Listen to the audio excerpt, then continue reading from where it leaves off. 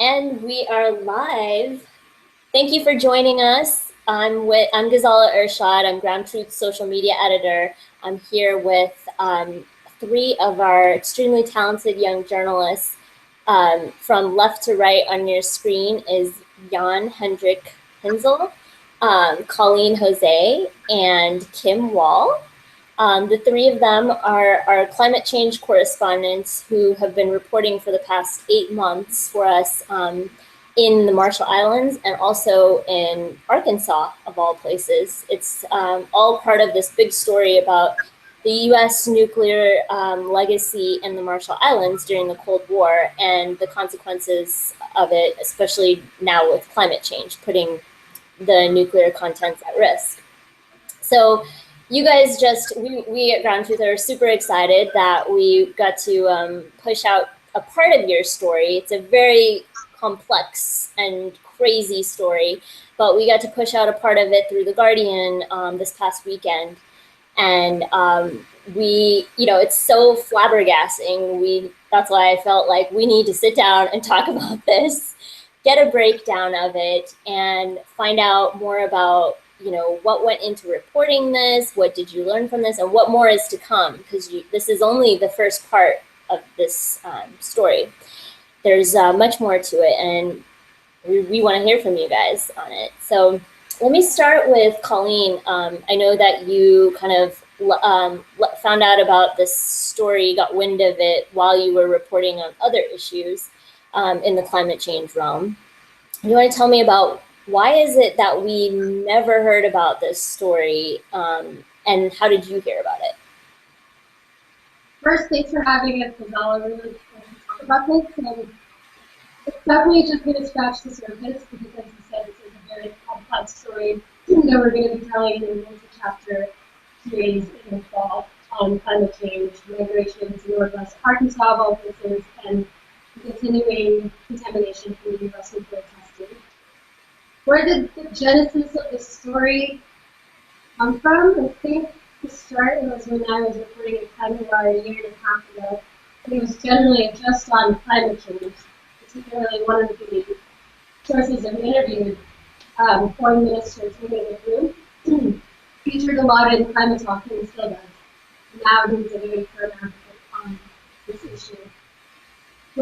As we reported that in the course of a year, and one of our sources, Michael Gerard, who is the director of the Supreme Center for Climate Change at Columbia University, actually wrote about the Runit Dome, the nuclear waste site, in December in an opinion column for the New York Times. Tim was the one who spoke to them and interviewed them specifically about climate change, and of course, his most recent work on the dome. So that was how we found out about the dome. Why? So, okay, that's how you found out about it. Why is it that we Americans have, or, other, the rest of the world, we haven't heard about this story before? I mean, it's kind of shocking that the US used this remote islands as a nuclear testing ground. There were people living there, and then they just did a paltry job cleaning it up and then dumped it in a crater on the island, covered it up with an 18-inch concrete cap, and then left it there for the last 7 decades at sea level, and it's already leaking radioactive waste. And there's so many other consequences of this, but why haven't we heard about this? Talk about the healing and what we know from popular culture. Sorry? Do you want to tell us, Kim? Well, so there were 2 test sites, right? There was Bikini and then there was in the wet duck. And Bikini is taking on our radar because there's a swimsuit named after it. And there is no swimsuit named after the wet duck. And even though it had almost twice as many tests and a lot of bombs that were a lot bigger, like they had a first and hydrogen bomb was tested on the wet duck. It kind of fell off our radar. And one of the main reasons we discovered, and we were so surprised to learn all of this ourselves, is because NUS never had a strong advocate and a strong voice, whereas Bikini has been, they've had layers of both American origin and have been traveling around and trying to get what we refer to as nuclear justice. And in the West, I've never had that kind of advocacy or fortune. And it was also never a pop cultural thing. And I think another factor why it hasn't been on the media much is it's just super hard to get to. It's heavy, and it's super remote, and it takes 3 days to get there by boat. You can charter a plane, but that's expensive. So now, can you tell us exactly where is the Marshall Islands, and kind of give us an idea of how big it is, how many people live there, how did you guys get there? Yeah, give us that. Yeah, so the Marshall Islands are in the central North Pacific, between Hawaii, the Philippines, and Japan.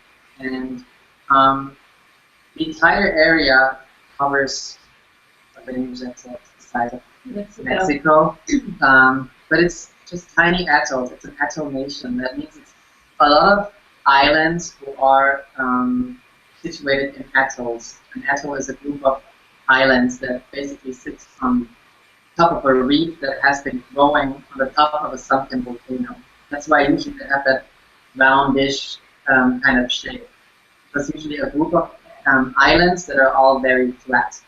Mm-hmm. Okay, so these islands, the people that were, by the way, how many people live there right now? And the population has, what's happened to the population over the course of the last 7 decades? That's a really good question. There are no reliable numbers on how many people live in Marshall Islands right now, and how many have migrated to the US. Even I spoke to the ambassador back in the day and asked him for the ambassador of Marshall Islands to the US, to DC, and he was like, we don't have a huge. We only have a rough estimate based on the number of people who get on the flights out of the islands and how many get back on. Because actually people, they are everybody uppacked really relatively travel without a visa to the US, and many do, and they kind of stay.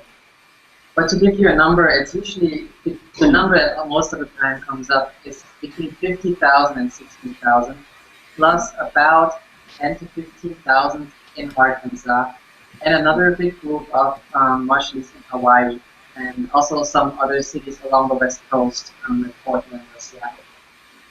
Okay, so how were these people living? These are people indigenous to the island. What was their lifestyle like during, up until the Cold War time, and then what's happened over the course of the last 6 or 7 decades since the Cold War? Do you want to get into that? Mostly subsistence lifestyle. The Marshallese pride themselves in being the best navigators in the world and have these beautiful, massive sailboats that they sail across the Pacific from Indonesia to Philippines, all across Micronesia. And for centuries, that was the case. They subsisted with breadfruit, coconuts, and a lot of fish, obviously. And the disruption that was caused by the nuclear testing, that basically turned the entire world upside down. There was no food pantry of sorts. So you look at these atolls, one island is sort of a food pantry to collect fish or the coconuts. And the nuclear testing has rendered that really not existent. Okay, I don't want to interrupt, but could you perhaps bring your laptop a bit closer, because it's very hard to hear you. I'm getting some comments from some of the viewers. That's really hard to hear. And just try to speak more loudly, I guess. So you were just saying that the people had a subsistence-based lifestyle. They lived mostly off of the fishing, and then they had an agriculture-based economy. Is that right? Sorry? We didn't actually really even have an economy. Marshall Islands was one of the last places in the world to get run into a crash economy, and some of them not until like the 1970s, because they subsidized what the land and the sea offered. And their only contact with the world for a long time was either missionaries and or field trips to ships that came on pulled coconut oil, copra, from them, and traded that for various limited supplies that they got. But for that, it's always been a very isolated place. Yeah. Mm. How isolated is it? I would like to know, because I've heard, this was not part of the story, but you guys were blogging along the way, and like one of the crazy stories that you heard, which is hearsay, apparently, tell us about it. It's regarding September 11th. Well, I think that when you talk about isolated, you have to distinguish. Like, yes, the Marshall Islands are pretty far away from everything, but they can be easily reached by planes. And so you have these urban centers in the Marshall Islands as well. It's not like all of the islands are only with a few people. You have Ebi, which is an island in Kwajalein Atoll, and you have Majuro, the capital, where you have a very high density of people, because a lot of the inhabitants of all the outer islands or other atolls start moving to these urban centers in the hope of finding jobs there or getting better health care, and therefore you have a lot of urbanization on these two atolls, and these are also the hubs for people to leave on towards the US. There's a lot of migration within the islands and then increasingly out of the islands, but it's important to distinguish between Majuro and Ebi and these urban centers that Henry is talking about, and the outer islands, which are fairly connected with internet and phone and whatever connections, and only visible to here by ships. Still, speaking of Innuitab only has one landline for about 600 to 900 people. And we saw how detrimental that is for a population with a recent storm that happened over the weekend, this Independence Day weekend, where as we were speaking with him via email, the Minister of Foreign Affairs couldn't get in touch, as well as the local and the national government with Innuitab on how they're doing. So it's one landline and then one internet modem for the entire island. Okay. So going back to the, let's go in chronological order. So back in 1946, is that correct? The Japanese handed over, can you explain that? Like, who the Marshall Islands is its own nation, sovereign nation, but what was going on around the time of the Cold War, and what boggles my mind as I was reading the story is, where did the U.S. get the right to use this island as a nuclear testing ground? I mean, whose permission did they ask? Or did they at all? And what happened when they? I mean, I'm just trying to wrap my head around this. Could you elaborate on that? So are we still trying to figure it out. But what happened historically was, especially in the case of Inuiatak, which is a remote island setting where the story was published, that was one of the bloodiest battles in the Pacific during the Second World War, from the Japanese into the hands of the Americans. As was the case on a national level as well. And the Marshall Islands became, I think it's the only one, a trust territory mandated by the United Nations in the hands of the US. Okay. And then the nuclear testing happened. And so the U.S., I guess, forcibly evacuated the indigenous people. Like, they took some from, what islands did they evacuate, and where did they? Can you explain that? Well, this is very complicated. So you have these two atolls. You have Enewetak and Bikini. That's where they tested the bombs. And then the fallout from especially Bikini also covered two other atolls. And so you have this story of the 4 atolls that are contaminated. Even though a lot of people say it's not just the 4, because how does a fallout cloud just stop at 4 specific atolls? It must have covered a lot more. And so each atoll has their own story of displacement. A lot of people got evacuated to nearby, you can say that, atolls that are still a few hundred kilometers away.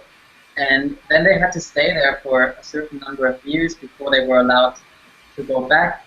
And in some cases, they had to leave again because it was found out that their home islands still weren't safe.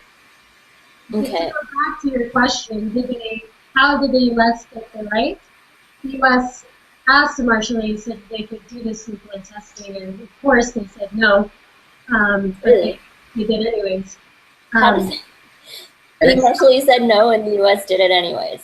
it's also with bikini. They kind of said it's in the they said it's for the good of mankind, and if you consider that a lot of Marshallese were very religious or are very religious, they kind of understood it as if this would be God's will, that they sacrifice their islands for these bomb tests for the good of mankind. But nobody really knew what that actually meant. Like nobody knew that it would leave these islands contaminated for a century. Right.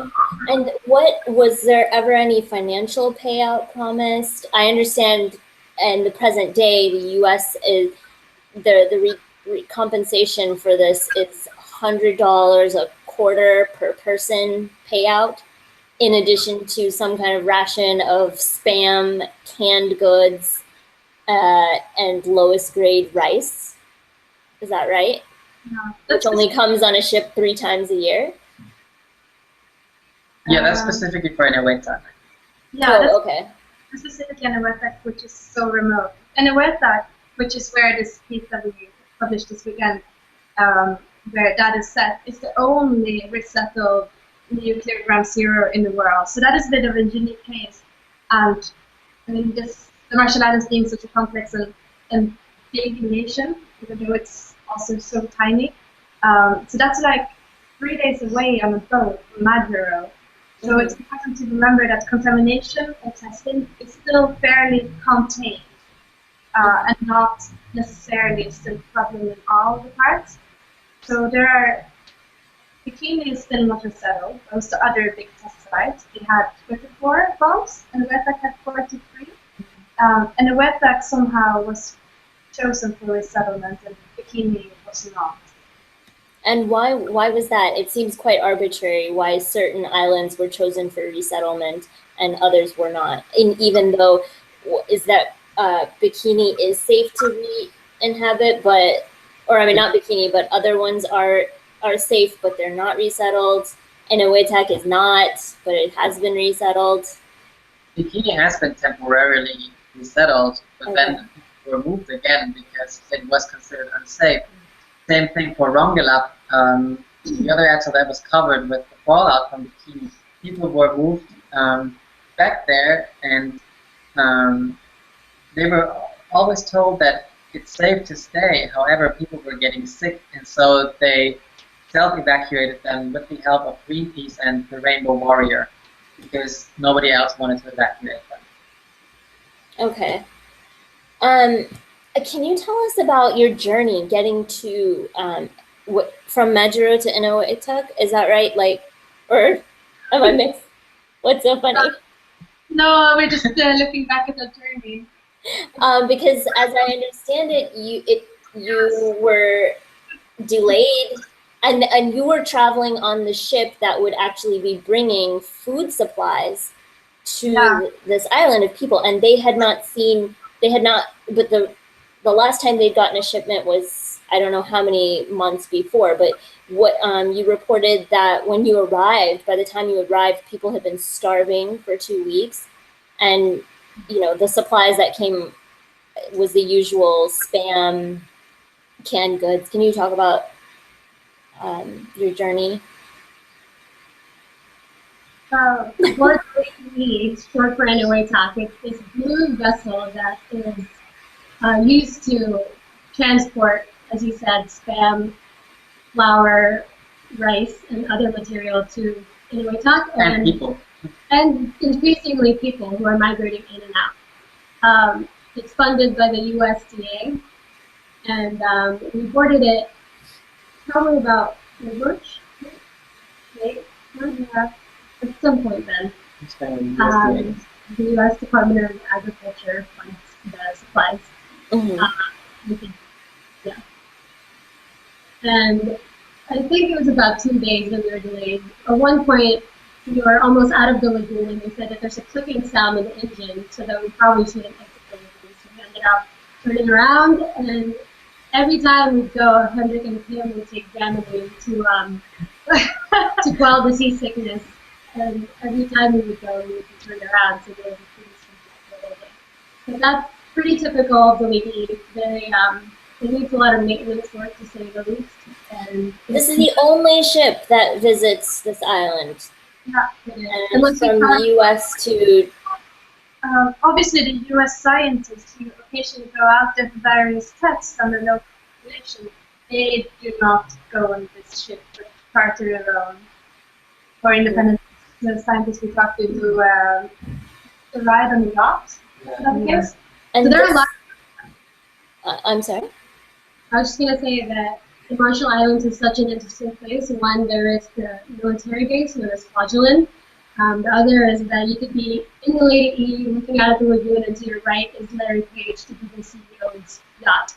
So there's this disparity that's very much in your face, and at the same time, a lot of the history, like this nuclear testing, that's still very much. Do you think Larry Page is aware of, the situation in the Marshall Islands, or is that kind of downplayed by the U.S. government?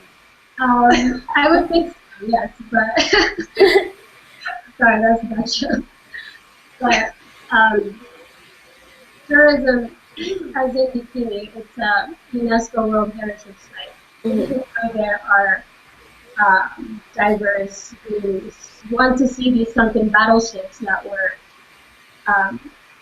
bombed and sunken during the nuclear testing. It's very beautiful, but at the same time you can live on it. So it's this paradox that we witness, but a lot of people there live every day. It's not just nuclear testing that happened, it is their identity. Because land in Marshallese, there's a word for it called lamoran. Mm-hmm. Personally ask them what lamoran means to them. It's synonymous to identity. Without your land, you don't have your land. And there's just this very powerful Marshallese culture on ties to it.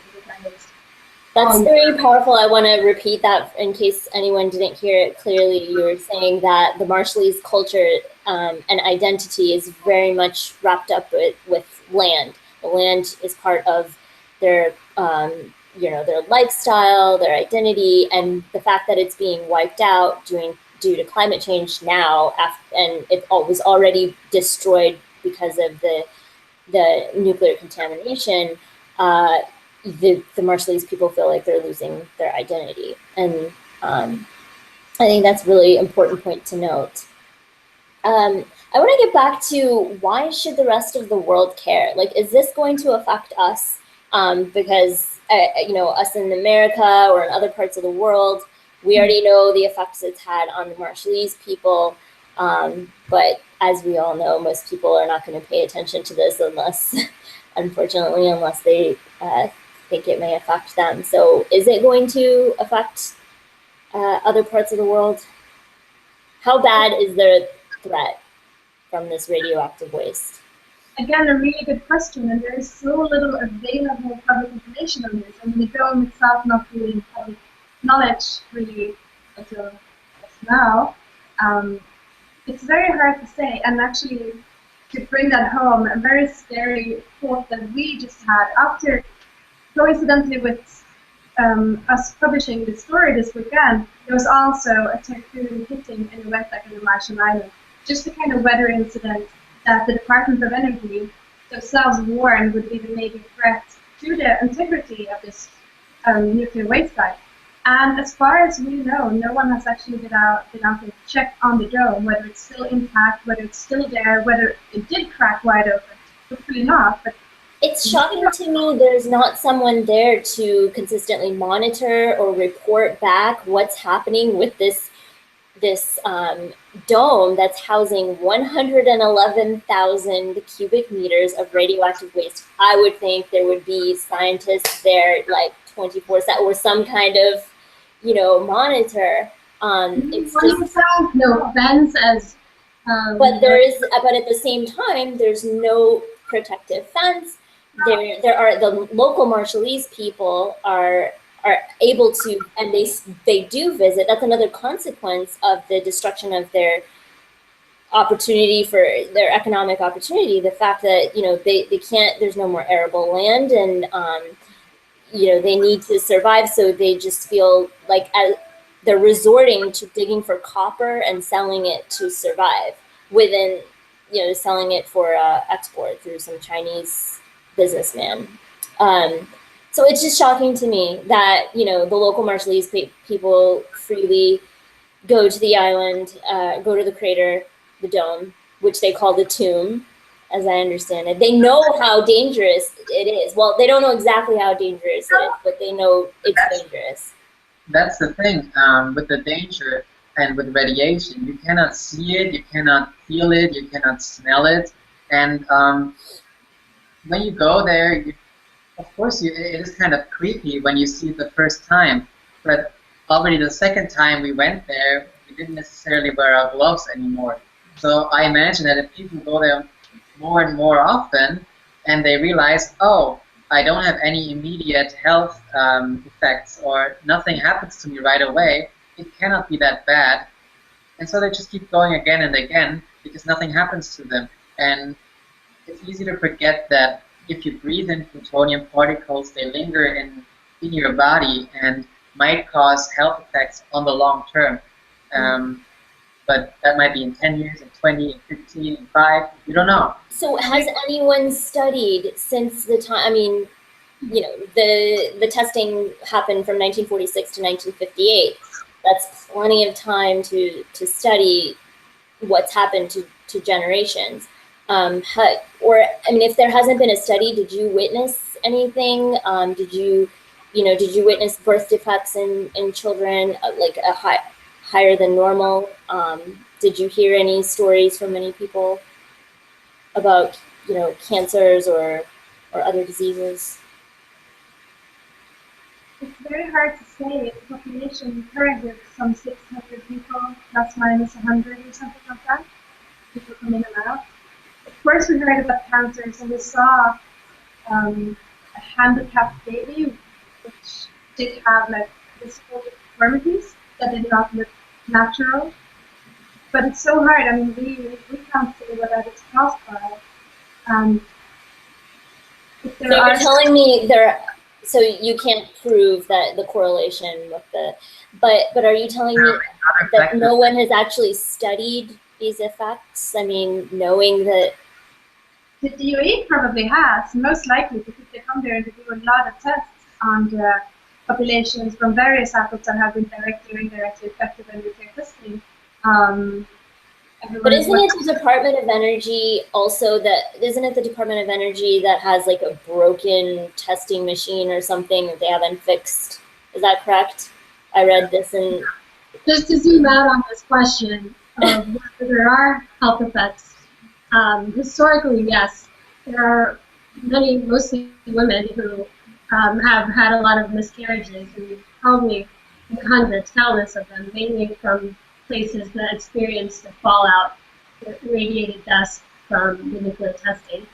To talk about whether the dome is contributing to that, it's very difficult to say, because again, there are no public records of this happening, and people are migrating in and out, but it's almost intractable.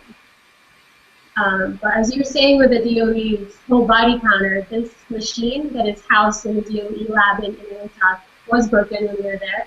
The purpose of it is to count the level of cesium that you ingest by eating things like coconut crabs or coconut that absorb the cesium more. But again, as Hendrik was pointing out, plutonium is the more dangerous isotope than cesium. And you guys got tested actually while you were on, which island were you on? You went after reporting the story, you were quarantined, and we also published that story. I'll share the link soon to your reporter's notebook of being quarantined and having to pee in bottles to get tested for plutonium, which you won't find out the results for another year, correct? Right? Can you tell us more about that experience? Yeah, we did it obviously to put us through due diligence to experience our process and uh, to see whether or not we were exposed, of course. We reached out to the DOE to get this bioassay done, which urine samples. We were quarantined in a hotel for about 2 days? 1 day. 24 hours. Where we had set meals, and then that was transported to, again, the military base, Kwajalein, for further testing. What we found in Inuitak were a lot of the people who do dig for copper, they're cherry-picked to be tested for the bioassay program. And most of them get their results back, but it's very hard to determine or read what it actually means. Yeah, a lot of people complain that they just get their handed the paper and not explained it well, or that they don't understand. Because or get it at all. So lots of people say that they didn't get the results at all. So, go ahead. This is an island, we should also clarify, like in Wetback specifically, the highest education you can get in Wetback is grade 8. And with a grade 8 level of science understanding, how do you understand radiation? I mean, we don't really get it. It's really, really, really complicated, and we have really struggled to understand just the basics of what we need for reporting, and try to explain that to someone who has no... I'm sorry, I couldn't hear that clearly. Could you repeat that part? In a Wetback, they only have school up until grade 8 today. Okay.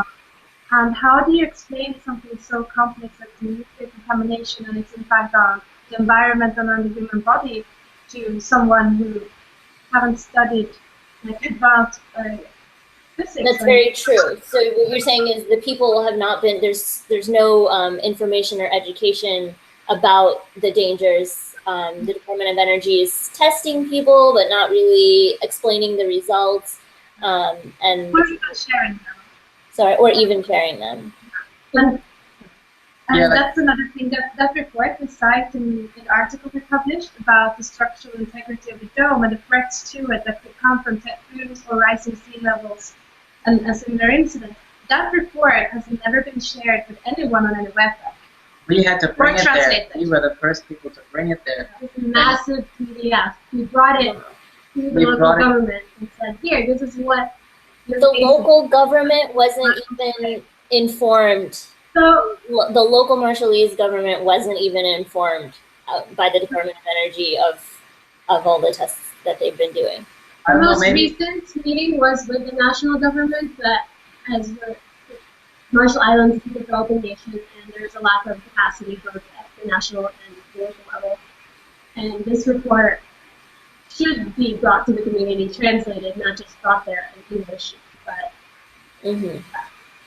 yeah, it's oh, sorry, go ahead, Hendrik. When information trickles down, it might be shared with some of the upper officials, but a lot of Inuitak's representation isn't even in Inuitak. They're in Majuro, in the capital, or in Hawaii, with the exile or with the immigrant community. And so maybe they have gotten the report and not shared it with the local population or the local city or island council either. But the fact is that nobody on the island had seen that report. Wow. Until we brought it as a PDF that was printed out. And something else that shocked me was the fact that you said that this issue about the leaking dome was never even brought up at the UN Climate Change Summit. Is that correct? Not in any negotiations at all. In the history of the Marshall Islands, the dome has never featured. It's never featured in climate talks. Never. I mean, this seems like a huge deal. I mean, compare this to, other nuclear waste sites around the world and the risks they pose. Where does this rank, in your opinion? It's difficult to say because official reports say that maybe what's in the dome isn't even as toxic anymore, and then there are other parts that say that what's outside of the dome and the sediments of the lagoon is already more contaminated anyway, so it doesn't matter because it's already too contaminated anyways. So it's hard. What? Okay, so let's get back to then the question of what can be done to fix this, solve this in some way, salvage what happened. Um, is that has steps been taken? Who is doing that? Could you talk about solutions? The only solution that we know of is that the scientist we spoke to, who was a contractor at the Department of Energy, who said that they were looking into fixing the signs and fixing the cracks, not so much for the purpose of fixing any leaks, but for cosmetics, because to restore public trust is what he said. That's the only thing we know. In addition to that, there would be groundwater sampling to determine just how much is leaching out of the dome. Okay. Also, other scientists, independent scientists, like you're sitting in Boston, Woods Hole Institute, the Geographic Institute, was there earlier this year to also collect soil samples and sediment from the lagoon. And their samples are, again, only cesium. It's not going to test for the more dangerous isotope, which is plutonium. If there were an end goal to this, it would be monitoring of the dome in a more systematic manner that is shared with the community who can act on that information. Again, we don't know just how much contaminated the lagoon is, and obviously this is our global commons. It is already in the ocean, in addition to other fallout that's happened, and on top of that, what happened in Fukushima in 2011. One of the reports that we cite in the article is one from last year, where scientists found plutonium isotopes in the North-South China Sea and the Pearl River estuary. So it is out there, but the people who are most in the front line of this are the Julian and Wintock, the people. Right. And okay, so they're taking matters into their own hands. I mean, but not really fighting back, but just they're leaving. They're migrating. Not really migrating. They're fleeing as refugees, really, from climate change. They're fleeing to the U.S., to Arkansas of all places. Can you explain that connection? Why Arkansas? You guys did part of your reporting in Arkansas, Springfield. To make it a little bit more complicated, there's so many examples of chain migration from inside the islands. I mean, when the various communities move around from atoll to atoll, they tend to move as a community. Marshall Islands is 29. So they're nomads within their own country. They're refugees within. They're internally displaced. Internal displacement, and there is a really large community of Marshallese in Arkansas. That's true, but most of them are not from Inuetak. Inuetak people tend to end up in Big Island in Hawaii, where they were picking macadamia nuts or coffee depending on the season. So that's the chain. That's where they end up, and then lots of other Marshallese communities end up in Arkansas, Oregon, Washington, or California. And how is they're not leaving because of climate change yet. You wouldn't find a person there to say they leave because of climate change. Okay, so not because of climate change, but sorry to correct. Is it because of the destruction of their livelihoods? Because of the nuclear. Yeah, it's one thing. One factor is the destruction of livelihood. Another factor is better healthcare, better education, better job opportunities in the U.S. The Marshallese is a growing population and accommodate everybody with jobs, and so a lot of people want to leave to get better perspectives in the U.S. And these are the main pushing factors, and climate change might be one in the future as the islands become less habitable.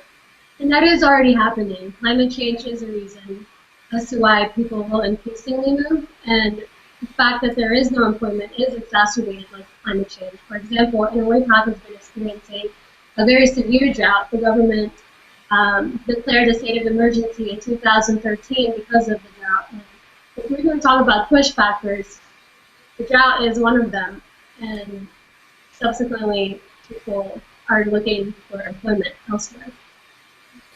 Okay. When we've got some questions actually from viewers, but I'll get to those in just a moment. I want you to continue talking about Arkansas and what you witnessed there. What's the life of the Marshallese like there, and what is the U.S. government doing? Is there a special kind of arrangement with taking in people from the Marshall Islands and in the U.S.? To backtrack why or how our Marshallese entering the U.S., it is again because of the compact that considers non-immigrants. They can live in the U.S. indefinitely, living indefinitely, but the path to naturalization is pretty roundabout, that they have to apply for visa, etc. In Arkansas, it all started with one man named John Moody in the 1980s. And John Moody looked for education, or moved for education, and then employment. But as you know, in Northwest Arkansas, it's the center and the hub for Walmart, and also the poultry industry was insulated from the recession. So there's a lot of jobs. That's why people come. In addition to how other immigrants come to the U.S., it's chain migration. Here to make family, and then people save up, all the jobs, and have their family come. Anyway. And you gotta consider it's easy jobs. It's like working in a chicken factory. So you don't need language skills. You don't need a proper education or training. So it's very easy. You can basically arrive in Arkansas, and somebody who's already there in the community can hook you up with a job at the local chicken factory the next day.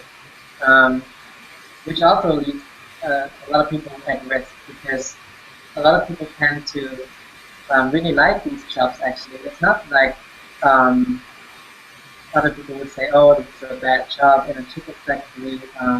Many people we talk to actually like working there, and didn't know about how it might affect their health to work there for such long hours. Yeah, I think we got a sense that lots of people are very grateful for the opportunities they get in the US. And even though chicken factories in a small town in Arkansas might not be as restricted as the American dream, for many Marshallese, it actually seems to be. We didn't really sense the kind of dissolution and disappointment in American life in Arkansas in chicken factories as we might have anticipated. The people are, and that says a lot about life on the island, I think, that people are still so grateful that at least their kids still go to school. At least, you know, they have lots of land around and not surrounded by the water, and may or may not be in the living room tomorrow. They have a paycheck and they can work.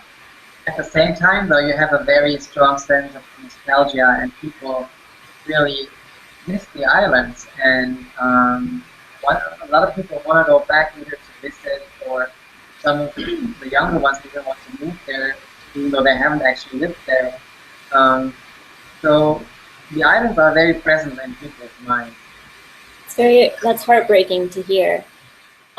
So right now, what's happening is there's a lawsuit, is that correct? That one of the senators of the island has filed, and can you tell us more about this lawsuit? He's taking the U.S. to the International Criminal Court.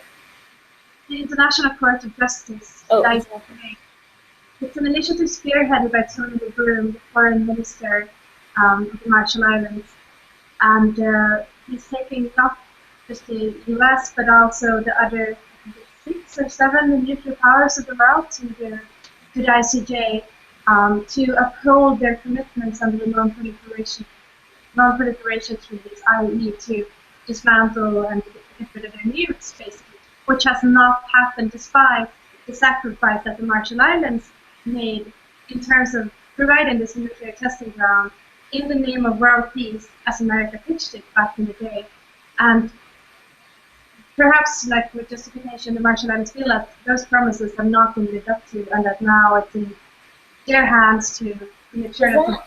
Is that all he's asking for? Is dismantling of the nukes, or is there any? No compensation. To adhere to the treaty for non-proliferation. They're not demanding more financial compensation? Because I'm still appalled by the $100 payout per person per quarter. Another lawsuit that was thrown out was in the California court. Every time the Marshallese would file one of these, it would be thrown out because of basis of jurisdiction. That happened in California, and for the ICJ itself, the U.S. is a signatory, but they don't have to adhere to what it proposes. Okay, I'm gonna get to some questions by one of our viewers, Gerard Frank Bolton III, has several questions. The first one, he seems to know a lot about this topic because he refers to the people of Eniwetak as the Dri Eniwetak. That's what they call the local people. Frank, his question is how often did the DOE, the Department of Energy, visit the Dri Eniwetak for testing? For testing of the bioassay particularly? We don't know how many times, but for groundwater samples, we know that they've been there maybe once or twice this year and have a plan to do so in the next few years from that law that President Obama signed in 2012 directing the DOE to do the monitoring. All right. Monitoring and how it's like scheduled and how it's carried out, we have struggled to find any clear information on that, on when it's carried out and how. We have heard from the community themselves and that this has been carried out on participants in Hawaii, and there have been boats coming out in the west, like everyone has gotten on board, and also come on board and do the bioassay like that. People have brought up the issues of consent, whether or not they have like asked to be part of this or have been enrolled, maybe not against their will, but with not much to say about. There's a lot of lack of clarity. Right, and right after that, Gerard's commented that it sounds like the same vagueness that his group of atomic cleanup veterans encountered concerning their exposure readings. So apparently Gerard was one of the cleanup crew during this post-Cold War period. Mm-hmm. And then he's got another question regarding the concrete dome. How large were the damaged pieces? Were they 6 inches, more or less? So with the panels, it's hard to say exactly how much in measurement, but they were cracking, and there were numerous places where that was the case.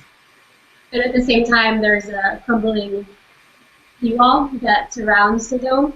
And when we were there the second time, or the first time, there was water around the dome, so it does get inundation. And that contributes to the weathering, the cracking. Okay. Do you guys have any other comments while I check to see if anyone else of our viewers has any questions? Is there anything else you want to share about your reporting in this story?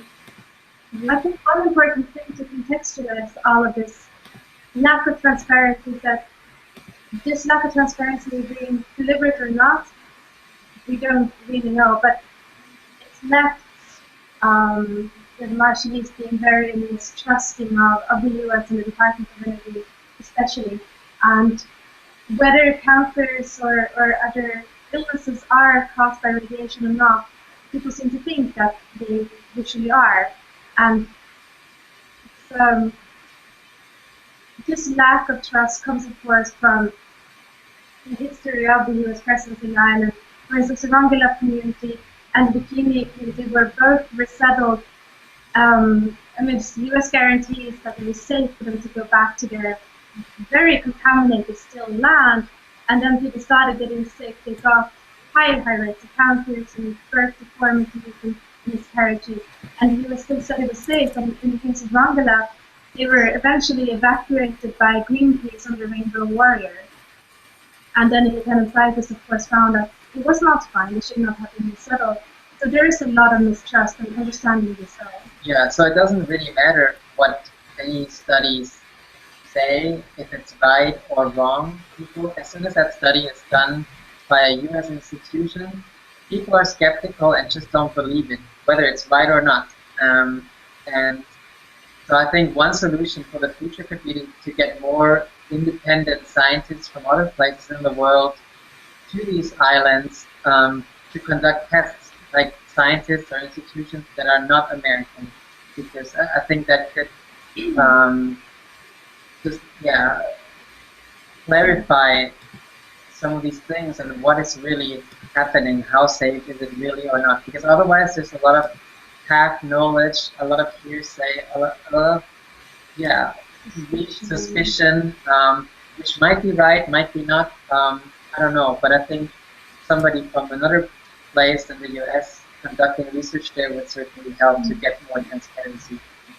And just to add to that, as you know, with the Nuclear Claims Tribunal that was established under the compact, which was agreed upon by the Marshallese government and the U.S. Congress, that was supposed to compensate people for their loss of land and health effects. And in just a few years, that money had run dry. So as we were talking about, you were mentioning that quarterly the DOA tax at $100 each, or possibly even less than that, because one, there's more of them, and there is a lot less money now.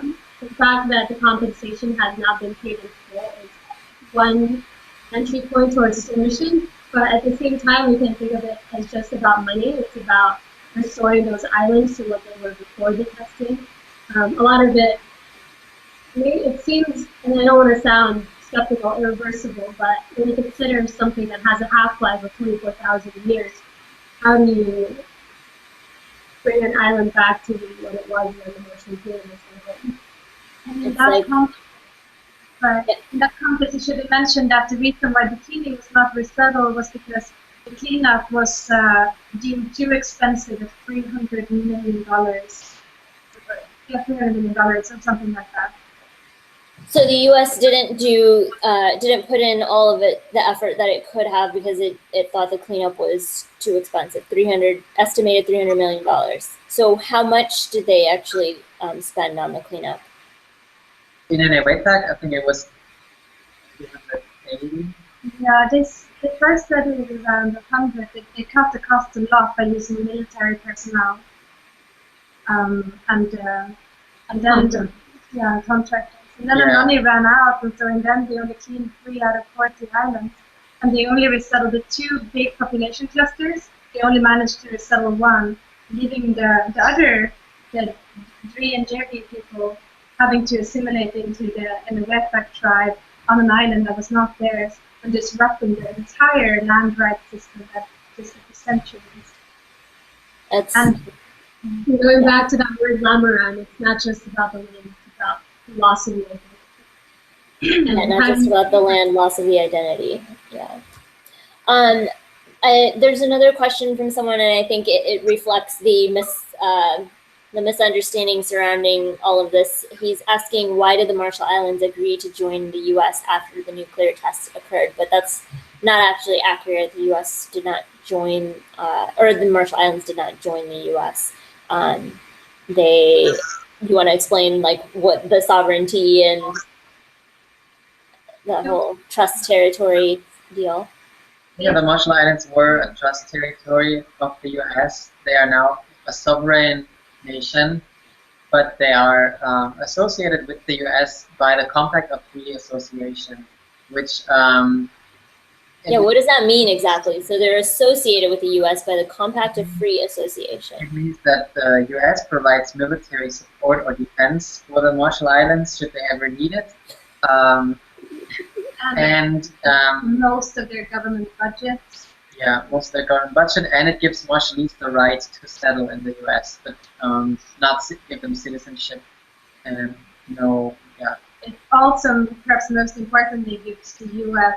as part of this arrangement that is Marshallese independence and sovereignty. I think the quotation marks are kind of justified. It also gives America use of Kwajalein, the world's biggest atoll, and a significant U.S. military base of missile defense sites, missile testing. Mm-hmm. This nation is a microcosm of every geopolitical, not every, but a lot of geopolitics, as I was explaining with Kwajalein. This military base just approved $914 billion of a program called the NASA Space Fence, which billion. Million. No, sorry, Almost a 900, billion. almost. Almost a billion. That's one program. Another one is. So hold on. Look, I just want to make sure I got that straight. So nearly $1 billion has been approved for space. A space debris program, i.e., supposedly monitoring debris in space, such as like asteroid pieces and whatever. So nearly $1 billion can be spent to monitor debris in space, but Exactly. how much is being put towards cleaning up the debris in It's space? fraudulent, this atoll. You have this military base, which is pretty well guarded. We couldn't get in. You have to be invited by military personnel, and you have to be escorted. And next to that is a community called Ebi, which has been called the Slum of the Pacific because it is extremely overcrowded. TB is rampant, and people of that island go to Kwajalein to work in places like Macy's and Baskin Robbins for about $3 an hour to bring that back to their community in Ebi. So there's this, again, in-your-face disparity of that, and when people say the U.S. is contributing so much money, you forget the fact that they are because of what was done during the nuclear testing. Mm-hmm. Okay, another question from Gerard Frank Bolton is, do the Dree Inuitak have legal access to U.S. government documents available to U.S. citizens concerning agricultural and animal radiation studies they published? Most are available online. I'm guessing you kind of already answered that earlier. There's no internet on the island. There's no internet on the island.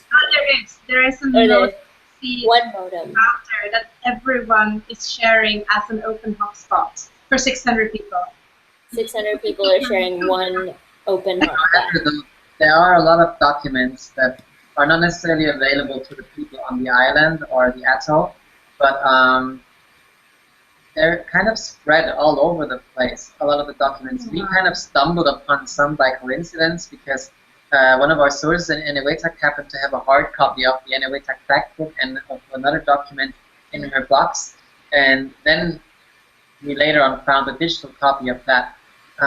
There's a database that was taken down from the DOE that contains a lot of documents about the nuclear testing period that might contain such information, but it's really hard to get access to that because it was taken down. One person to talk about that is possibly Bill Graham, who, like at the Nuclear Claims Tribunal, who is some sort of archivist at the Marshall Islands. He knows all the documents. Yeah. Like he has tracked a lot of the unclassified, declassified documents on, for example, the yield of the bombs, which were taken down by the U.S. Again, with the lack of transparency, this is just another example of the lack of information on the history of the testing. So, the problem, of course, being that this was the Cold War, this was nuclear testing, and this was all done in the name of national security for America, right? Mm-hmm. So a lot of these, if not like the great majority of all these documents, of course, were classified and super top secret. And after the Cold War, during the Clinton era in the 90s with the Open Information Initiative, some of them were unclassified and disseminated. Some of them later, during 9/11 and during the government shutdown, have been reclassified. So it's a jungle to go through these documents, and there's a lot to add to that confusion and to add to the perceived lack of transparency, which we have also, of course, struggled with ourselves. It's just such a mess of documents, and no one seems to really know what is even classified information anymore and what is not. And the Marshallese government, for instance, they were given a database with all of the now unclassified documents at that time that mysteriously disappeared or reappeared and disappeared, and it's still not up to date. So there's just so many mysterious incidents when it comes to these documents. Yeah. 14,000 of them. So what's next for you guys, and what can we look forward to in your reporting? I mean, you've done a lot of reporting already. Some of it's still ongoing, but you're going to be releasing other parts to this story, like we talked about the people migrating to Arkansas. We're going to talk about, you know, how the people in the Marshall Islands are affected, how they're living. Can you expand on what you're going to be telling us in the near future? Next, I think we didn't expect just how massive this story is, and in terms of the narrative, as we were saying, it's 4 chapters, so we're writing and producing now. There's going to be media. We're finished with on-the-ground reporting, but we're still making a lot of phone calls and talking to a lot of sources daily, maybe once every hour. So in terms of when you would see that, we're shooting for September or October, when in the run-up to a very big event, the UN climate talks in Paris. And you could join that conversation. The Marshall Islands is already one of those nations. One of the key pieces that inspired a lot of this work is by a poet named Kathy Fisher. She opened the UN climate talks in New York in 2014. Before that, she really tested her as early as early 2014. So her poetry is really put the Marshall Islands on the map again. Because it's about family instead of diplomatic wranglings on emissions. It's about people, again, losing their lives. This poem that everyone should see called Filipino, was performed with the climate talks, and she's been a very vocal advocate and generous about it as well. Okay. Anything else, Tim, Hendrik, you guys want to add to that? Well, just be excited for what's to come. It's going to be very visual. There'll be lots of text too, lots of information that hasn't been put together in that way before, though. It's going to have 4 chapters. So that's exciting because there are a lot of publications that look at all these different issues, but not all as one thing, but they're all interconnected, and we are going to put them all together and add very stunning visuals to that to make it even more compelling and digestible as well. This is so incredibly complex, and I don't think we realize just how complex the story is, and it kind of has to be told in a holistic way, which is why we kind of stumble into such a mega project here, and it's going to be really, really big, and we're currently getting it together, which is super exciting and intimidating and fantastic, and it's coming out in advance, and hopefully you will understand all of these complex pieces of information we just thrown out there, and we can tie the ends together a little bit better. Thank you guys so much for you know, doing this reporting and putting in the time and effort to explain something so complex. What do you hope to accomplish? I mean, obviously, we all hope that, you know, there will be justice eventually. What, like, as you know, in the immediate steps, what are you looking forward to, hoping that you can accomplish through this reporting or through, you know, the word getting out, you know, to the right people? What can we do? What can the average person do? Thanks for this conversation. It's one that we hope can be beyond this, and we're open to questions from anyone who's watching. To go back to one of your first questions, why should anyone care when it's not affecting them?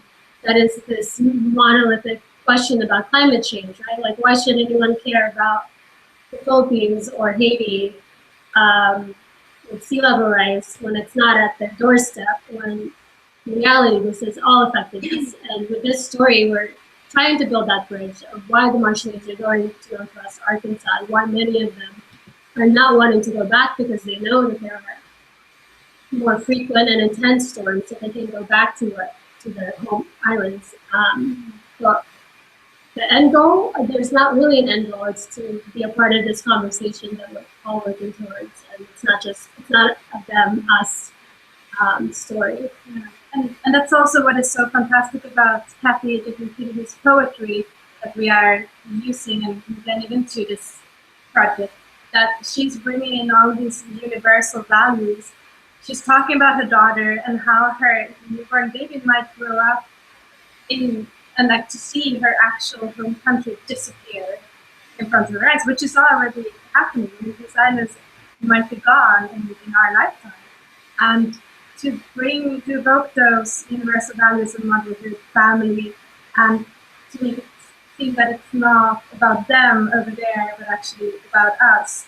Not just because they're coming here, because they're. And in a way, it's a very specific story because of the compact and because of the fact that they have the right to send it to the US. But in another way, excuse me, it's also very representative of what's yet to come, because climate change is going to cause migration all over the world, with people coming to the so-called industrialized world. And yeah, it's going to be a challenge for everybody involved. And so in a way, this kind of serves as a blueprint as of what's to come, with large communities migrating as a whole, or as a big entity. Yeah, that's interesting. When we spoke to the U.S. Embassy in Maduro, they said, we asked them, like, well, how many more can come? Is there a hypothetical scenario where you can accommodate the entire population of this island that may or may not be underwater? And they're like, actually, yeah, we have like 2 million undocumented immigrants in the U.S., so this is nothing for us. So when you put, and that might be the case in Marshall Islands, but what about the Maldives and Tuvalu and Kiribati and Bangladesh? What do we do with those people? So this is not just a tiny story about an island in the Pacific. What do we? You're going to see this problem on a massive global scale, and this is just a microcosm of that story. It may be an earlier phase. And whether or not it's climate change, as we're seeing now, one displaced person is just too much. Back to Kathy Kitchener's poem, one of the lines is, "No one's drowning, baby." And that's more of a double entendre of this fight for this universal truth of motherhood and family. And that's what we're hoping could evolve from this conversation. Excellent. Thank you guys so much. I'm still keeping an eye out if anyone's tweeting in questions or wants to post on the Google Hangout. You know, we can still continue the conversation on Twitter, Facebook, here on the Google Hangout sidebar after we end this call.